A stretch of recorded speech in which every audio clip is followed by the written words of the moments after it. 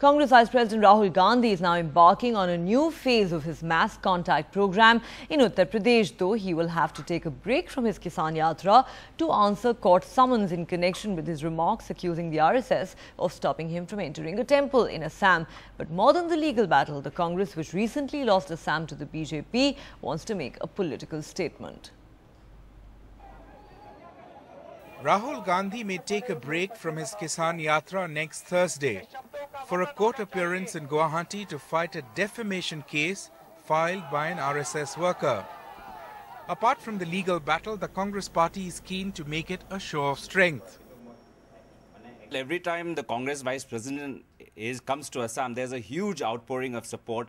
Our Congress party workers all over the state want to come and see him. So, of course, we do expect Congress party workers to assemble in Guwahati and accompany Shri Rahul Gandhi ji. Last December, while kicking off Congress's Assam campaign, Rahul had accused the RSS of stopping him from going inside this 500-year-old Vaishnavite monastery, the Borpeta Khotra, by placing a group of women at the entrance.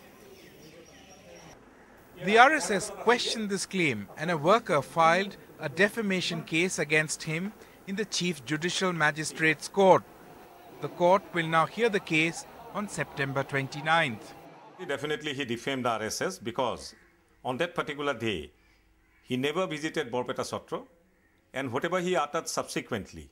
Since the court hearing comes right in the middle of Rahul Gandhi's Kisan Yatra in Uttar Pradesh, logistics for his Assam trip are still being worked out, but sources say having lost political space to the BJP, the Congress party in Assam is quite keen to convert this case into a political and ideological battle in a state that had been its bastion for the past 15 years.